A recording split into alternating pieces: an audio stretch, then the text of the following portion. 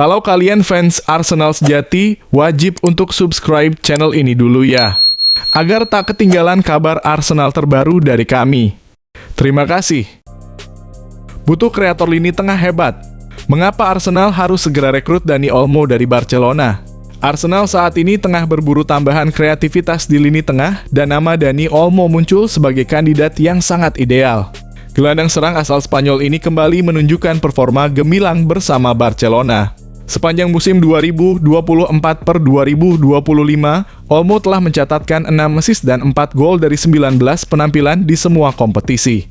Tak hanya produktif, ia juga tampil efisien dengan akurasi umpan mencapai 88%, serta rata-rata 2,5 umpan kunci per pertandingan, sebuah bukti nyata dari visinya dalam membongkar pertahanan lawan.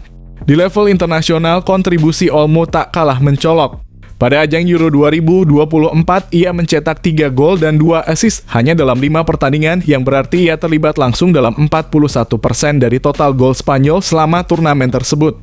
Kecepatan, ketenangan dalam penyelesaian akhir, serta kemampuannya bermain di berbagai posisi menyerang menjadikannya aset yang sangat berharga.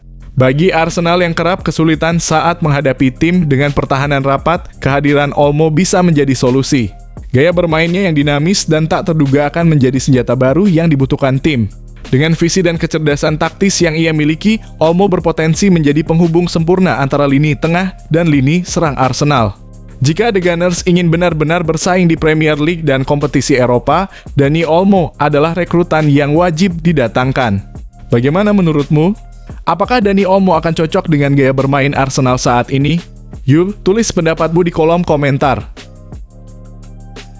Bisa diperhitungkan dan dipinang agar lebih tajam lini depan. Itulah mengapa Arsenal wajib segera datangkan Ademola Lookman dari Atalanta. Arsenal saat ini membutuhkan tambahan eksplosivitas di lini depan, dan Ademola Lookman bisa menjadi solusi yang sangat tepat. Winger asal Nigeria ini tampil tajam bersama Atalanta sepanjang musim 2024/2025 dengan mencetak 13 gol dan 6 assist dari 31 pertandingan di semua kompetisi. Tak hanya produktif, ia juga aktif menciptakan peluang lewat rata-rata 1,9 dribble sukses dan 2,1 umpan kunci per laga. Ini membuktikan bahwa Lookman bukan hanya finisher, tapi juga kreator yang selalu haus peluang.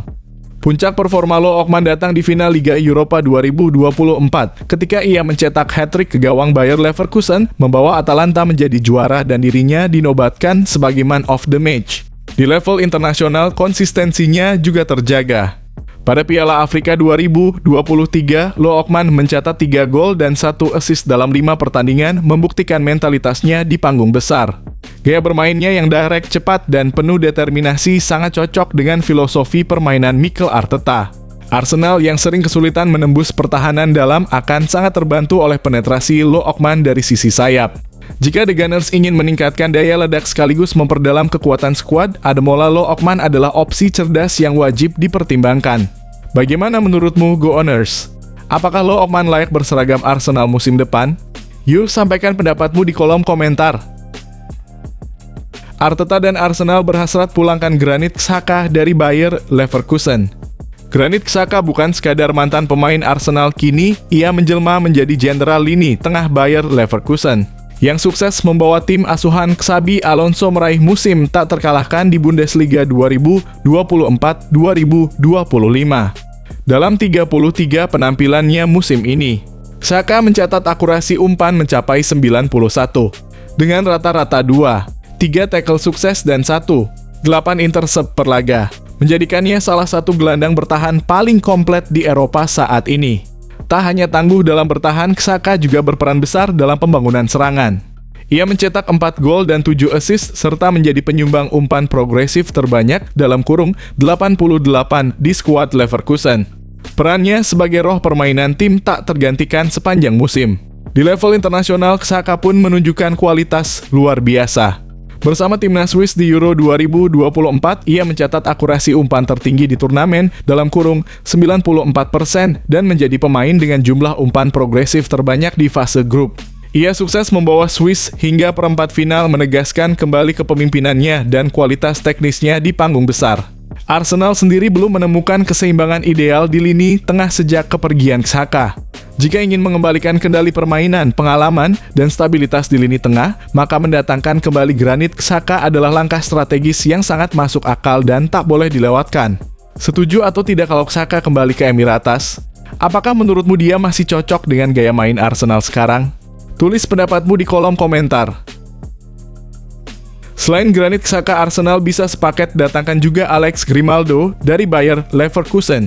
Arsenal saat ini tengah mencari bek kiri yang memiliki kemampuan ofensif tinggi dan Alex Grimaldo dari Bayer Leverkusen bisa jadi jawaban yang paling sempurna. Mantan pemain Benfica ini tampil luar biasa sepanjang musim 2024/2025.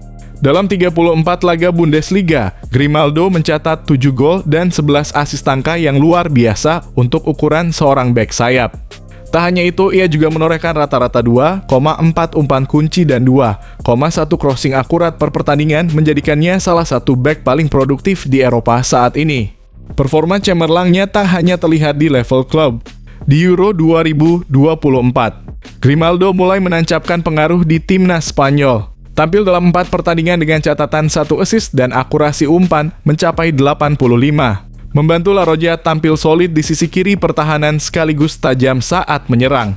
Gaya bermain Grimaldo yang agresif, cerdas dalam overlap, serta piawai dalam bola mati sangat sejalan dengan kebutuhan Mikel Arteta akan seorang bek kiri modern.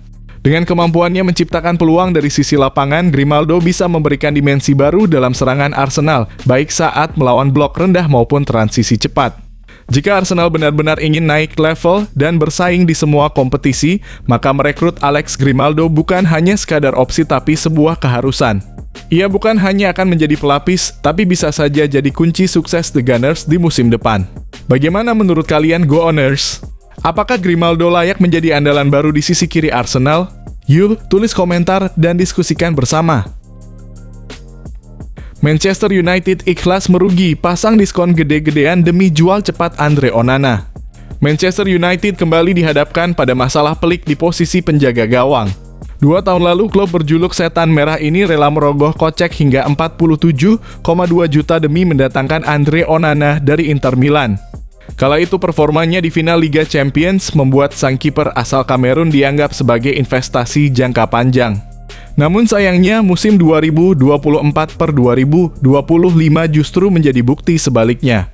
Onana tampil tidak konsisten, kerap melakukan blunder fatal dan menjadi bagian dari lini belakang United yang kebobolan 54 gol sepanjang musim.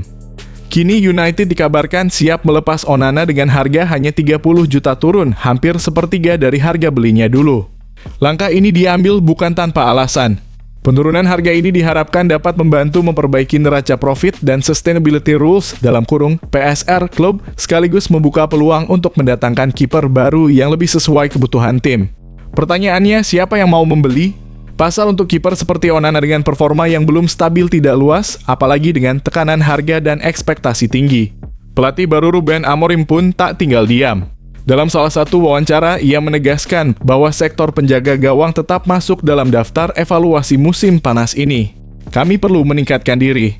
Kami tidak bisa mengganti semua pemain, tapi setiap posisi harus dievaluasi, termasuk kiper, ujarnya tegas. Bagaimana menurut kalian, Red Devils? Apakah menjual Onana dengan harga diskon adalah keputusan tepat? Atau justru masih layak diberi kesempatan? Tulis pendapatmu di kolom komentar.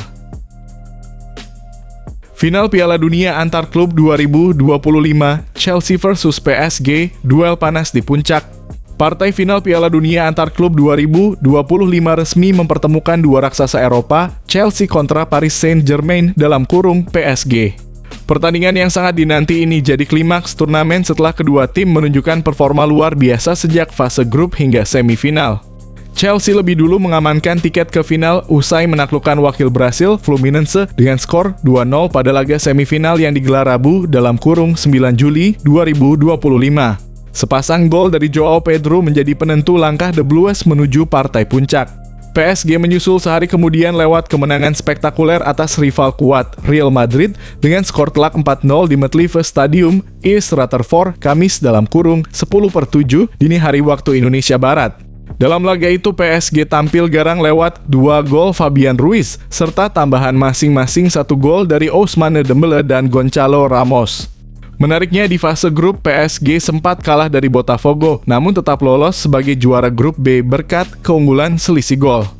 Di sisi lain, Chelsea lolos sebagai runner-up grup D di bawah Flamengo, namun tampil luar biasa sejak fase gugur. Di babak knockout, Chelsea menyingkirkan Benfica, Palmeiras, dan Fluminense secara beruntun. Sementara itu, PSG membabat Inter Miami, Bayern Munich, dan Real Madrid tanpa ampun. Keduanya tiba di final dengan kepercayaan diri tinggi dan tren kemenangan yang impresif. Final Chelsea versus PSG ini dipastikan akan menjadi duel yang sengit, bukan hanya pertarungan antar pemain bintang, tapi juga adu taktik dua pelatih dengan pendekatan berbeda. Menurut kamu, siapa yang lebih layak jadi juara dunia antar klub tahun ini? The Blues atau Les Parisiens? Yuk, tulis prediksimu di kolom komentar. Pep Guardiola ingin tambah amunisi. Manchester City sepakati kontrak pribadi dengan bintang Nottingham Forest. Manchester City kembali menjadi sorotan utama di bursa transfer musim panas 2025. Setelah sukses mendatangkan beberapa pemain muda potensial, kini klub asuhan Pep Guardiola dikabarkan telah mencapai kesepakatan pribadi dengan gelandang serang andalan Nottingham Forest, Morgan Gibbs-White. Menurut laporan dari Football Insider, Manchester City sudah berhasil mendapatkan persetujuan pribadi dari pemain berusia 25 tahun tersebut. Gibbs-White dikabarkan telah memberikan lampu hijau untuk bergabung ke Etihad Stadium. Meski begitu, proses transfer ini belum sepenuhnya mulus karena Nottingham Forest masih enggan melepas salah satu aset berharga mereka. Forest sendiri sedang berada di posisi sulit. Di satu sisi, mereka harus menjaga stabilitas tim setelah hampir pasti kehilangan Anthony Langa yang akan bergabung ke Newcastle United. Di sisi lain, klub menghadapi ancaman sanksi dari Premier League terkait dengan regulasi Profit and Sustainability Rules dalam kurung PSR. Situasi ini membuat Nottingham Forest mungkin harus mempertimbangkan tawaran yang masuk untuk Gibbs-White, meski hal itu mereka lakukan dengan berat hati. Menurutmu, apakah Morgan Gibbs-White bisa menjadi tambahan amunisi yang tepat untuk Manchester City musim depan? Atau justru Forest sebaiknya tetap mempertahankan sang gelandang? Yuk, bagikan pendapatmu di kolom komentar. Liverpool hadapi Preston akhir pekan ini, laga pertama tanpa Diogo Jota. Liverpool akan menghadapi Preston North End dalam laga uji coba pertama pramusim yang berlangsung akhir pekan ini. Pertandingan ini menjadi sangat emosional karena akan menjadi laga pertama The Reds tanpa kehadiran Diogo Jota yang wafat akibat kecelakaan lalu lintas pekan lalu. Duel antara Preston versus Liverpool dijadwalkan berlangsung di Stadion De Vrij pada Minggu dalam kurung 13 Juli 2025 pukul 21.00 waktu Indonesia Barat. Keputusan untuk tetap melanjutkan pertandingan ini sempat menjadi tanda tanya. Mengingat sebagian besar pemain utama Liverpool baru mulai latihan pramusim di Kirkby pada Selasa 8/7, setelah menghadiri pemakaman Jota pada Sabtu sebelumnya. Namun seperti dilaporkan oleh The Athletic, laga ini akan tetap digelar sesuai jadwal semula. Preston pun telah berkomunikasi dengan Liverpool untuk merancang prosesi penghormatan khusus kepada Jota sebelum pertandingan dimulai. Sebelumnya, manajer Liverpool Arne Slot bersama sang istri, Mirjam, juga menunjukkan rasa hormat dengan mengunjungi Anfield dan menaruh karangan bunga di luar stadion pada Selasa kemarin. Sebelumnya, pelatih asal Belanda itu juga berangkat ke Gondomar untuk menghadiri upacara pemakaman Jota. Bagaimana menurut kalian, Gang Reds? Apakah Liverpool siap menghadapi musim baru tanpa Diogo Jota? Yuk, beri dukungan dan komentar kalian.